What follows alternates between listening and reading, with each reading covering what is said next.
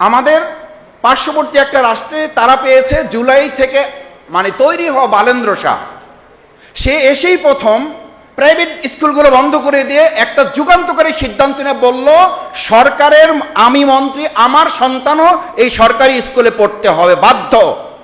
আমার শিক্ষামন্ত্রী, নকল করা যাবে না, পড়তে হবে। এই ডায়লগ দিয়ে আমাদের তরুণদেরকে এখন ট্রোলের মুখে পড়েছেন। কই, আপনি তো এরকম একটা যুগান্তকারী সিদ্ধান্ত নিতে পারলেন না। কারণ আমরা বালেন্দ্র শাহ পাই নাই, আমরা পেয়েছি আমাদের উপরে চাপিয়ে দেওয়া একজন বাইরে থেকে এসে প্রধানমন্ত্রী, যাকে ডক্টর মাহমুদুর রহমান বলেছিলেন, আমার কথা না, ডক্টর মাহমুদুর রহমান বলেছিলেন, জনাব তারেক রহমান আপনি বক্তব্য দিয়েছেন ইসের মাধ্যমে, অনলাইনে কথা বলেছেন, আপনি এখানে কি ঘটেছে জানেন না, 15 মিনিট আপনাকে এটা বলা যাবে না, যদি সুযোগ দেন দয়া করে তাহলে কোনো একটা সময় নিয়ে আপনাকে এগুলো বলা হবে। আর আপনার আশেপাশে যারা আপনাকে তথ্যগুলো দেয়, আপনাকে সঠিক তথ্যটা দেয় না, যার কারণে আপনার কথা বলার পরিবর্তে আপনার কথাগুলোকে অন্য একজনকে বলে দিতে হয়। ম্যাক্সিমাম সূচকগুলোতে আমরা পিছনে পড়ে আছি, কারণ আমরা তো দৌড়ে দেশে না, আমরা তো দৌড়ে গাড়ির পিছনে।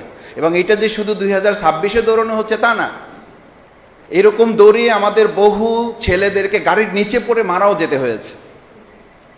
এই গাড়ির নিচে পড়ে মারা যাওয়ার কারণে জুলাইয়ে যারা গুলিতে মারা গেছে তাদেরকে আমরা এখন ভুলতে বসেছি। কেন ভুলতে বসেছি জানেন? আমি একটু প্রবন্ধকারকে সমালোচনাও করি, এই অর্থে করি যে এখন যেখানে দাঁড়িয়ে আপনারা কথা বলছি, মাথায় রাখা উচিত আমাদের বলছি না, আমাদের, যে এই বহু মানুষেরাই আমাদের এখানে থাকার কথা না, জেলখানে থাকার কথা। যাদের জন্য আজকে এই আলোচনা করার সুযোগ পাচ্ছি, এই বাজেট নিয়ে কথা বলতে পারছি, সংসদে যেতে পারছি, তাদের নিয়ে কিন্তু এখানে তরুণরাই তো জীবন দিয়েছে। শিক্ষার্থীদের উপরে ভিত্তি করে এই আন্দোলনটা একটা পর্যায়ে গিয়েছে। এটা নিয়ে কেউ কথা বলেন, কেউ রান করেছেন, কেউ 300 রান একসাথে করে ফেলে দিয়েছেন, নানান কথা রয়েছে। যত কথাই থাকুক, একটা কথা তো আপনারা চোখের পানি ফেলতে গাড়িতে বসে বসে স্বীকার করেছেন, আহারে এই তরুণ বাচ্চাদের রক্তের উপরে ভিত্তি করে আমরা আজ মুক্ত হতে পেরেছি। তো মুক্ত হতে পেরেছি, তাদের কথা কোথায়? আমি প্রথমেই বলতে চাই, জুলাই আন্দোলনে যে সমস্ত তরুণ শহীদ পরিবারদেরকে রক্তের এবং গুলির মুখে দাঁড়াতে হয়েছে, তাদের কথা অবশ্যই বাজেটে সম্পৃক্ত করে তাদেরকে অগ্রাধিকার ভিত্তিতে রাখতে হবে। আপনি কোথায় আলোচনা করছেন? আপনি কি জানেন যে এখন আবু সাইদকে বলা হচ্ছে সে এডিক্টেড ছিল এবং সে আরো অনেক কিছু ছিল? এই কথা যারা বলে তারা এখন আমাদের চোখের সামনে, তারা বাইরে, তাদেরকে গ্রেপ্তার করা হয় না, তাদেরকে গ্রেপ্তার করতে হবে। না হলে আপনি নিশ্চিত থাকেন আপনাকেও কালকে গ্রেপ্তারের জন্য, আপনি জুলাই যোদ্ধা পরিচয় দিবেন, জুলাই কার্ড দেখাবেন, আপনাকে গ্রেপ্তারের জন্য ব্যবস্থা করা হবে। কারণ কোন ফ্যাসিস্টই, আমি তো বরং অবাক হই যে বিগত ফ্যাসিস্ট 17 বছরে তৈরি হয়েছে, আর বর্তমান কোন নব্য ফ্যাসিস্ট তৈরি হইতে তারও সময় লাগতেছে না, 2 মাসে ফ্যাসিস্ট তৈরি হয়ে যাচ্ছে, 3 মাসে ফ্যাসিস্ট তৈরি হয়ে যাচ্ছে। আমাদের পার্শ্ববর্তী একটা রাষ্ট্রে তারা পেয়েছে জুলাই থেকে তৈরি হওয়া বালেন্দ্র শাহ, সে এসেই প্রথম প্রাইভেট স্কুলগুলো বন্ধ করে দিয়ে একটা যুগান্তকারী সিদ্ধান্ত নিয়ে বলল, সরকারের আমি মন্ত্রী, আমার সন্তানও এই সরকারি স্কুলে পড়তে হবে বাধ্য। আমার শিক্ষামন্ত্রী, নকল করা যাবে না, পড়তে হবে। এই ডায়লগ দিয়ে আমাদের তরুণদেরকে এখন ট্রোলের মুখে পড়েছেন। কই, আপনি তো এরকম একটা যুগান্তকারী সিদ্ধান্ত নিতে পারলেন না। কারণ আমরা বালেন্দ্র শাহ পাই নাই, আমরা পেয়েছি আমাদের উপরে চাপিয়ে দেওয়া একজন বাইরে থেকে এসে প্রধানমন্ত্রী, যাকে ডক্টর মাহমুদুর রহমান বলেছিলেন, আমার কথা না, ডক্টর মাহমুদুর রহমান বলেছিলেন, জনাব তারেক রহমান আপনি বক্তব্য দিয়েছেন ইসের মাধ্যমে, অনলাইনে কথা বলেছেন, আপনি এখানে কি ঘটেছে জানেন না, 15 মিনিট আপনাকে এটা বলা যাবে না, যদি সুযোগ দেন দয়া করে তাহলে কোনো একটা সময় নিয়ে আপনাকে এগুলো বলা হবে। আর আপনার আশেপাশে যারা আপনাকে তথ্যগুলো দেয়, আপনাকে সঠিক তথ্যটা দেয় না, যার কারণে আপনার কথা বলার পরিবর্তে আপনার কথাগুলোকে অন্য একজনকে বলে দিতে হয়। আবার যে বলে সেও আবার আরেক জায়গা থেকে যুক্ত হয়ে বাংলাদেশে ওখানে গুম থাকা অবস্থায় কথা বলেছেন বলে কথিত আছে। আমরা ওই সংসদে কথা বলার মানে সংসদ অধিবেশনের মুলতবি হওয়ার ফাঁকে যখন লেজার হয় আর কি, ব্রেক হয়, আমরা বলি নিজেরা হাসাহাসি করি, স্কুল ছুটি হয়েছে চলেন একটু চা খাই।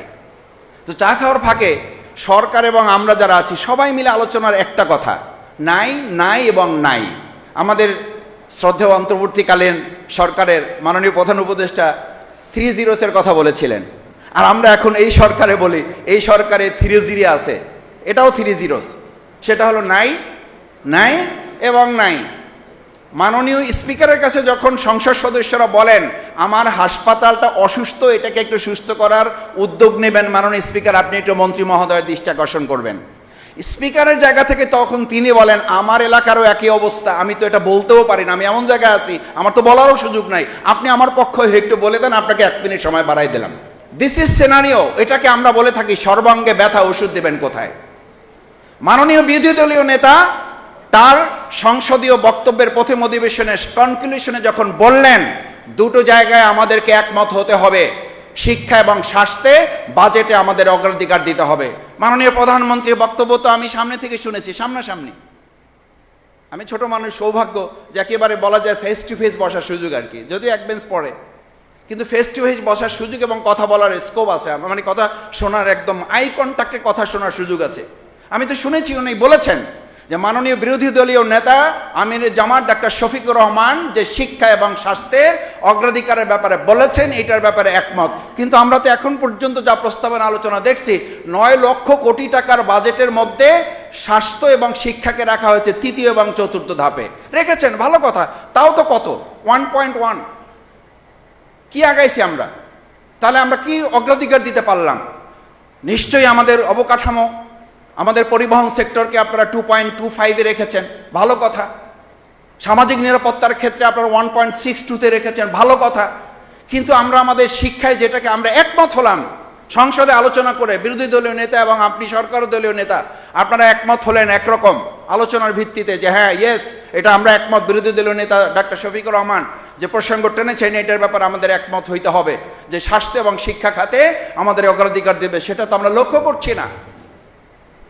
9 লক্ষ কোটি টাকার বাজেট, 9 লক্ষ কোটি টাকার বাজেট কি আনবেন আপনি? আমার তো বিগত 2009 থেকে 2024 সাল পর্যন্ত 28 লক্ষ কোটি টাকা বাইরে পড়ে আছে পাচার হয়ে। আমাদের নেতাদেরকে, সেই সময়ের ফ্যাসিস্টদেরকে এখন আমরা দেশে ফিরে নিয়ে আসতে পারতেছি, জেলখানা থেকে তারা বের হয়ে যাচ্ছে এবং ভালো আওয়ামী লীগ থেকে তাদেরকে ফ্রেশ করা হচ্ছে। কিন্তু এই 28 লক্ষ কোটি টাকা যেটা এখনকার সর্বোচ্চ বাজেটের 3 গুণ, সেই 28 লক্ষ কোটি টাকা ফিরিয়ে আনার কি উদ্যোগ সরকার নিয়েছে সেটা এখনকার সমাজ জানতে চায়। এই তরুণ প্রজন্ম জানতে চায় আপনি 9 লক্ষ কোটি টাকার উপরে যে বাজেট নির্ধারণ করেছেন, 28 লক্ষ কোটি টাকা তো আমার দেশ থেকে বাইরে পাচার হয়ে আছে। সংসদে তো আমরা জানতে চেয়েছিলাম এই পাচার রোধে কি ব্যবস্থা নিয়েছেন। পাচার রোধে ব্যবস্থা নাই, পাচারকারীর সবচেয়ে বড় দোষর এস আলম, তাকে ফিরিয়ে নিয়ে এসে এবং তাকে এখন ব্যাংকে বসানোর জন্য সমস্ত প্রক্রিয়ার সাথে সরকার জড়িত থাকছে। আমাদের শিক্ষায় আমরা তো শেষ হয়ে গেছি। শেষ হয়ে গেছি কেন? শেষ হয়ে গেছি এই অর্থে, আমার এক শিক্ষক ছিলেন, উনি বলতেন, পিএইচডি সুপারভাইজার ছিলেন, তো বলতেন আমাদের শিক্ষা সম্পর্কে যদি ধারণা নিতে চাও তাহলে এই ছোট 3টা লাইনেই যথেষ্ট। আমি বললাম এটা কি লাইন না গল্প? বলছি এটা অনুগল্প। শিক্ষক রাত্রিবেলা প্রাইভেট পড়াচ্ছে, ছাত্রকে বলছে বাইরে গিয়ে দেখো যে এখন কি অবস্থা, রাত না দিন। তো সে বাইরে গিয়ে ছাত্রের অবস্থা বুঝেন আর কি, বাইরে গিয়ে বলছে যে স্যার বাইরে এত অন্ধকার, রাত না দিন কিছুই বোঝা যাচ্ছে না। শিক্ষক আবার ওই মাপের, আলোচনার জন্য বলছি, শিক্ষক আবার ওই মাপের। শিক্ষক বলতেছে বোকা নাকি, এটা হেরিকেন নিয়ে তো যাইতে পারতা তুমি, হেরিকেন নিয়ে নেকে গেলে তাহলে দেখে বোঝা যাবে এটা রাত না দিন। আর ছাত্র বলতেছে এত অন্ধকার, রাত না দিন কিছুই বোঝা যাচ্ছে না। আপনি আমাদের শিক্ষা বাজেটে কোন প্রসঙ্গে আলোচনা করবেন? আমাদেরকে সন্তানদেরকে ড্রেস, জুতা, ব্যাগ দেওয়া হচ্ছে। আমি ছোট সময় আরেকটা গল্পের কথা বলি। আমাদের শিক্ষক বলছিলেন রুটি নেবা না চাবি নেবা? তা আমরা বলছিলাম আমাদের রুটি দরকার, ক্ষুধা আছে, আমাদের তো ক্ষুধা, আমাদের রুটি দরকার, তা আমরা তো রুটি চাই। বলছি যে না রুটি না, চাবি নিতে হবে। বললাম চাবি দিয়ে কি করবেন? বলছে চাবিটা পেলে পুরো রুটির দোকানটা পেয়ে যাবা। মানে ওটা তো সময় সাপেক্ষ ব্যাপার, পরিশ্রমের ব্যাপার, চাবি নিতে হবে, তালা খুলতে হবে, পাওয়া যাবে যাবে না। আমরা বাংলাদেশের মানুষ নগদে বিশ্বাসী, নগদ যা পাওয়া হাত পেতে নাও, রুটি পেয়েছি ওইটা নিয়ে চলে গেলাম। আমাদেরকে এখন আমাদের সন্তানদেরকে, যেখানে আমি আমার উপজেলার কথা বলি, যেখানে আমার প্রায় কয়েক শত শিক্ষকের অভাব প্রাইমারি, হাই স্কুল, কলেজগুলোতে, সেখানে আমার সন্তানদেরকে শিক্ষক না দিয়ে, শিক্ষার মান না দিয়ে তাদেরকে আপনি ব্যাগ দিচ্ছেন। এই ব্যাগ, জুতা এবং তাদের ফিডিং যে মিল দেওয়া হচ্ছে, মূলত এটার মধ্যে দিয়ে দলীয় কর্মীদের কোথাও কোথাও পুনর্বাসন করা ছাড়া ব্যক্তিগতভাবে আমি মনে করি এটার কোনো মূল্যায়ন হবে না। কেন হবে না জানেন? ওই আলোচনা সংসদের সুযোগ থাকলে করব, ওখানে তো স্পিকার তাও মানে কিছু সময় দেয়, এখানে স্পিকার অলরেডি স্লিপ দিয়ে দিচ্ছে, শেষ করতে হবে। সেই জন্য আমাদের এই ফিডিং মিল, আমাদের মিড ডে মিল, আমাদের স্কুল ড্রেস, এগুলো দরকার আছে, আমি বলছি না, কিন্তু এগুলোকে যদি আপনি বাস্তবায়ন করতে চান তাহলে আপনার তো ঘোস্ট স্টুডেন্ট। এটার জন্য কি হচ্ছে, আমি স্কুলে কিছু মানে জনপ্রতিনিধি হিসাবে না, সেবক হিসেবে যাওয়ার সুযোগ হয়েছে, গিয়ে আমি দেখলাম যে ঘোস্ট স্টুডেন্ট তাদের কি দেখানো হয়েছে, মানে কাল্পনিক শিক্ষার্থী তৈরি করা হচ্ছে। ওই যে রুটি পাওয়ার জন্য, কলা পাওয়ার জন্য, ব্যাগ পাওয়ার জন্য এখনই শুরু হয়ে গেছে। এরপরে আপনি সেখানে কি আমাদের পক্ষ থেকে আমরা সেই জায়গায় ডিসেবিলিটি ইনক্লুশন, আমাদের প্রতিবন্ধী যাদেরকে অন্তর্ভুক্ত করার কথা, তাদেরকে আমরা করতে পারছি আমাদের শিক্ষা বাজেটে? সেই বাজেটে কতখানি তাদেরকে অগ্রাধিকার দেওয়া হচ্ছে? এরপর যদি আমরা আলোচনা করি লার্নিং আউটকামটা কি, আমাদের শিক্ষা বাজেটে যেটা নির্ধারণ করা হয়েছে, লার্নিং আউটকামটা আমাদের বলা হয়ে থাকে যে আমরা 73 ফেরকার মধ্যে আছি। হাদিসে বলা আছে, আমি হাদিসটাকে এই জন্য সামনে রাখছি, যে আকীদায় তো আমরা 73 ফেরকার মধ্যে আছি, এক ফেরকা বাদ দিয়ে, বাকি 72 ফেরকা বাদ দিয়ে এক ফেরকা জান্নাতে যাবে। আর আমাদের জাতিগত বিভেদ আপনি দূর করবেন কিভাবে? আমাদেরকে তো কাকড়া জাতিকে পরিণত করে রাখা হয়েছে। মাওলানা দেলোয়ার হোসেন সাঈদী রাহিমাহুল্লাহ বলতেন, আমরা কাকড়া জাতি থেকে কখনো ইলিশে জাতিতে পরিণত হতে পারলাম না। কাকড়া জাতি কেন? আমাদের শিক্ষা ব্যবস্থাকে 13টা ধারায় রূপান্তরিত করে রাখা হয়েছে। 13টা ধারা, এই 13 ধারাকে এক ধারায় কখন নিয়ে আসবেন? এটা নিয়ে আসতে সরকার বলবে আমাদের সময় শেষ, আর একবার ভোট দেন আমাদেরকে। এই আর একবার ভোট দেওয়ার জন্য প্রস্তুতি নেন, তারপর বাজেট নিয়ে আলোচনা করেন। কারণ এই 13 ধারাকে আপনি এক ধারায় কবে নিয়ে আসতে পারবেন? না নিয়ে আসা পর্যন্ত লার্নিং আউটকামে আপনি যেতে পারবেন না। টিচার কোয়ালিটির ব্যাপারে পরিষ্কার বক্তব্য আছে। সর্ষে যদি ক্ষেত খায় তাহলে ক্ষেত রক্ষা করবে কে? এই ক্ষেত রক্ষা করার কেউ নাই। সর্ষে তো ক্ষেত খাচ্ছে, ক্ষেত তো আমাদের শস্য রক্ষা করতে পারছে না। সেই জায়গাটা আমরা ট্রান্সপারেন্ট প্রকিউরমেন্ট যে জায়গাটা আমরা বলি, স্বচ্ছ ক্রয় ক্ষমতা আমাদের নাই।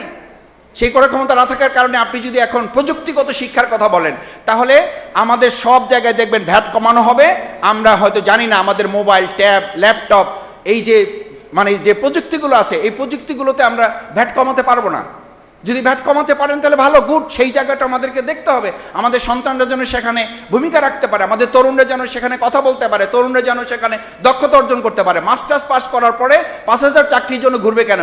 এখন শেষ কথা, উদ্যোক্তা তৈরি করা, ইসলামী মূল্যবোধে উদ্যোক্তা তৈরি করা। উদ্যোক্তা তৈরি কি? A man with career without character is more dangerous then a lion. আমাদের তরুণদের সাথে যদি তাদের প্রযুক্তির পাশাপাশি যদি তাদের মূল্যবোধকে অ্যাটাচ করা না যায়, কি হচ্ছে আজকে? অবাক হওয়ার কোনো কারণ নাই। ইতিমধ্যে 2024-25-এ এটা মানে বাস্তবায়ন করা হয়েছে। স্টুডেন্টদেরকে ডোপ টেস্টের মধ্যে আওতাধীন করা হয়েছে। ভর্তি পরীক্ষায় ডোপ টেস্ট নেওয়া হচ্ছে, এবং শুধু ডোপ টেস্ট নেওয়া হয় নাই, আশার দিক আছে। আশার দিক শুনবেন, আশার দিক হচ্ছে সেখানে 3 জন শনাক্ত হয়েছে। আরও আশার দিক শুনবেন, সেই 3 জনের মধ্যে একজন ছাত্রীও আছে। আরও আশার দিক শুনবেন, আহসানিয়া মিশন যেখানে মাদক নিরাময় কেন্দ্র, সেখানে 432 জন ভর্তি। সেই 432 জনের মধ্যে 47 জন হচ্ছে নারী। এবং আমাদের একটা গবেষণায় দেখা গেছে 47.5% বা প্রায় 48-এর কাছাকাছি যারা নিহত হয়েছে, এই আত্মহত্যা করেছে, এই আত্মহত্যার মধ্যে মাদকাসক্তি সম্পর্কে ওনাদেরই জনাব শামসুর রহমানের সে বহু আগের কবির বক্তব্য ছিল, লেখা ছিল, আমাদের প্রত্যেকটা বিদ্যালয়ের মাঠ এক একটা মাদকের হাট। মাদক নিয়ন্ত্রণ করবেন কিভাবে? মাদক নিয়ন্ত্রণ করতে না পারলে তরুণদেরকে আপনি শিক্ষা দিবেন, শিক্ষা দিচ্ছেন আমরা সবাই জানি যে মাদকের এখন বিদ্যালয়গুলো, মাঠগুলো এক একটা মাদকের হাটে পরিণত করে রাখা হয়েছে, এবং সেখানে বলা হচ্ছে দেয়াল দিয়ে এটাকে সিকিউর করতে হবে। সম্মানিত উপস্থিতি, সাংবাদিক বন্ধুগণ, বাজেটের তরুণ ভাবনার শেষ অংশে আমি এইটুকু অনুরোধ করতে চাই, সরকারকে আহ্বান জানাতে চাই, আসেন, মনে আছে তেলের লাইন বন্ধ করার জন্য বিরোধী দলীয় নেতা একটা প্রস্তাবনা দিয়েছিলেন, সেই প্রস্তাবনা আলোচনা করতে রাজি হচ্ছিলেন না, প্রথম দিকে রাজিই হন নাই, বলছে যে এটা ঠিক হয়ে যাবে, এটা আর্টিফিশিয়াল। আমরা বলেছিলাম এটা আর্টিফিশিয়াল যদি হয় সেটাও আলোচনা হয়ে ঠিক হওয়া উচিত। আলোচনা হয়েছে, ঠিক হয়েছে, একটা কমিটি হয়েছে, একটা লিয়াজু হয়েছে। লিয়াজু কমিটি করার পরে দেশের মানুষের মধ্যে আস্থা তৈরি হয়েছে যে সরকার এবং বিরোধী দল মিলে যখন কোনো কাজ করে তখন এটা বন্ধ হতে বাধ্য, বন্ধ হয়েছে এবং তার 2-3 দিন পর থেকে দেখা গেছে এই সমস্যাটার সমাধান বের হয়ে আসছে। আমি যেটা বলছি সবশেষ, এই বাজেট নিয়ে যেটা আপনারা উপস্থাপন করবেন 2/3 মেজরিটি দিয়ে যেন আল্লাহর রাস্তে আপনারা ঘাড়ের উপরে চাপিয়ে দিয়ে বাজেট পাশ করার মানসিকতা নিয়ে সংসদে যাবেন না।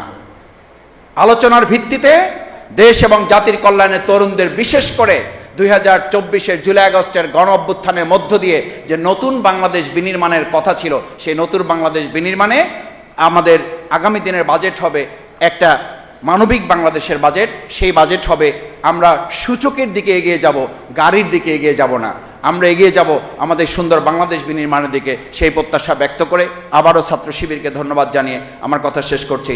আল্লাহ হাফেজ। আসসালামু আলাইকুম রহমতুল্লাহ।